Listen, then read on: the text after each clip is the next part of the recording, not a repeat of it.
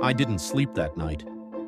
Every time I closed my eyes, I saw Agnes's frightened face and heard her whisper those chilling words.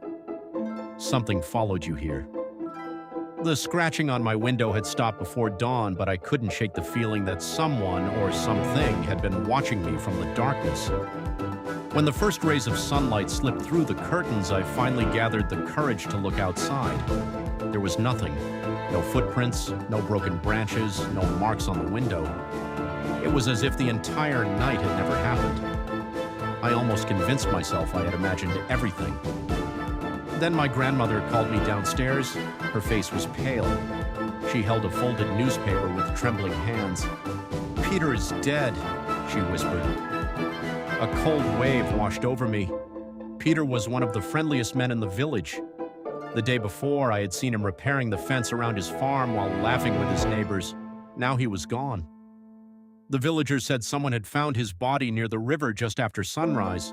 There wasn't a single wound on him, no signs of a struggle, nothing had been stolen.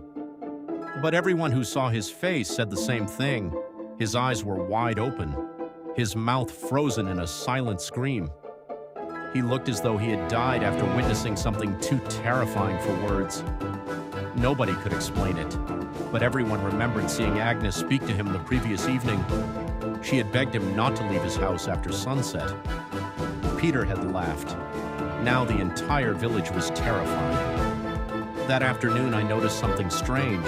The streets were almost empty. Children who had been playing outside the day before had disappeared indoors. Shopkeepers closed their doors hours earlier than usual. Even the church bell remained silent. Fear had settled over the village like the evening fog. As night approached, I heard voices outside my grandparents' house. Peeking through the curtains, I saw several villagers gathered in the road. They weren't talking, they were staring, not at the house, at me. The moment they realized I was looking, they quietly walked away. I turned to my grandfather. Why were they watching me? He hesitated before answering. They heard Agnes invited you. I swallowed hard. What happens to people she invites? He looked away. No one has ever refused. That answer terrified me even more. Later that evening, I found my grandmother sitting alone on the porch, clutching a faded photograph. She handed it to me without saying a word. The picture showed a much younger Agnes standing beside her husband and a little girl with curly hair. All three were smiling. "They looked happy," I said. "They were," my grandmother replied softly. Until the night everything changed.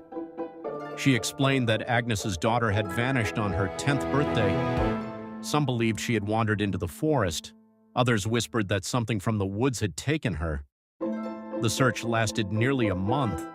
Hundreds of people joined. Not a single trace of the little girl was ever found. When Agnes returned from the forest after the final search, she was different. She barely spoke. She stopped sleeping. Then she began warning people about the dark figures she claimed followed them. At first, everyone believed grief had driven her mad, until the warnings started coming true. Every single one. As darkness covered the village, an uneasy silence settled over the house. My grandparents locked every window, every door. They even nailed an old wooden cross above the entrance. I had never seen them so frightened. Around midnight, I woke to the sound of footsteps outside. Slow, heavy, crunch, crunch, crunch. Someone was walking across the gravel path leading to the house. I held my breath. The footsteps stopped beneath my bedroom window. Then came the scratching again, slowly, patiently, like sharp nails dragging across the glass. Scratch, scratch, scratch. I wanted to scream, but no sound came out. The scratching suddenly stopped. 3 soft knocks followed. Tap, tap, tap. Then a whisper floated through the darkness. "Daniel." It wasn't loud. It didn't need to be. It sounded as though the voice was right beside my ear. My entire body froze. Gathering every bit of courage I had, I slowly reached for the curtain, just enough to peek outside. The moonlight revealed the empty yard. Nothing was there. I let out a shaky breath. Then I noticed something that made my blood run cold. Standing beyond the old wooden fence, at the edge of the fog, was a tall figure. It wasn't moving. It had no face, only a shape darker than the night itself. And although it stood nearly 50 yards away, I somehow knew it was looking directly at me. I stumbled backward, knocking over the lamp beside my bed. The sound woke my grandfather. He rushed into the room. "What happened?" I pointed toward the window.